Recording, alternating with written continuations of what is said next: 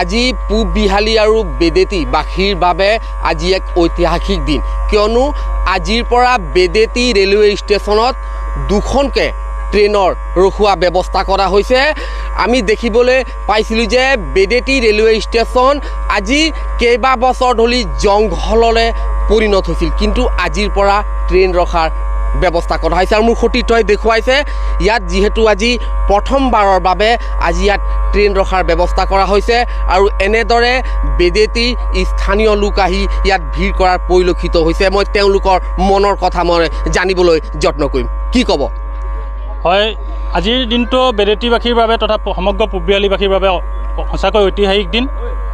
আজি আপোনালোক আহি এইকাৰণেই উপস্থিত হৈছে নিশ্চয়, আজি ইয়াত এখন ট্ৰেইনৰ ষ্টপেজ হৈছে। উজনিমুৱা মুৰ্কংচেলেক ৰঙিয়া মুৰ্কংচেলেক ৰেল আৰু নামনিমুৱা যিখন আহিব ধৰিছে মুৰ্কংচেলেক ৰঙিয়া ট্ৰেইন।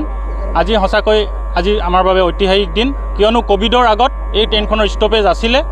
ৰেল বিভাগে ক'ভিডৰ পাছত এই ট্ৰেইনখন এক্সপ্ৰেছ ট্ৰেইনলৈ পৰিৱৰ্তিত কৰাৰ বাবে ইয়াৰ পৰা ষ্টেচনটো উইথড্ৰ কৰিছিলে।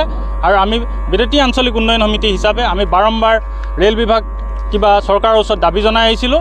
যোৱা 2024 চনৰ 4 ছেপ্টেম্বৰ তাৰিখে মুখ্যমন্ত্ৰীয়ে আমাক কথা দিছিলে যে বেদেতিত ট্ৰেইন ৰখিব, মই কথা দিছোঁ। গতিকে সেই হিচাপতে আজি ইয়াত ট্ৰেইনৰ ষ্টপেজ হৈছে। আমি সমগ্ৰ পূব বিহালীবাসী ৰাইজ সঁচাকৈ উৎফুল্লিত হৈছোঁ আৰু চৰকাৰলৈ ধন্যবাদ জনাইছোঁ, ৰাইজৰ প্ৰতিনিধিসকললৈ ধন্যবাদ জনাইছোঁ।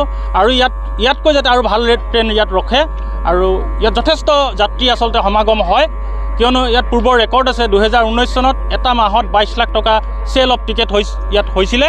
গতিকে বহু ষ্টেচনৰ মানে ৰেকৰ্ড ভংগ কৰিছিলে বেদেতি ষ্টেচনে। গতিকে আহি থকা সময়ত এনেকৈ আচলতে আৰু বহুত বেছি টিকেট তথা চেল হ'ব।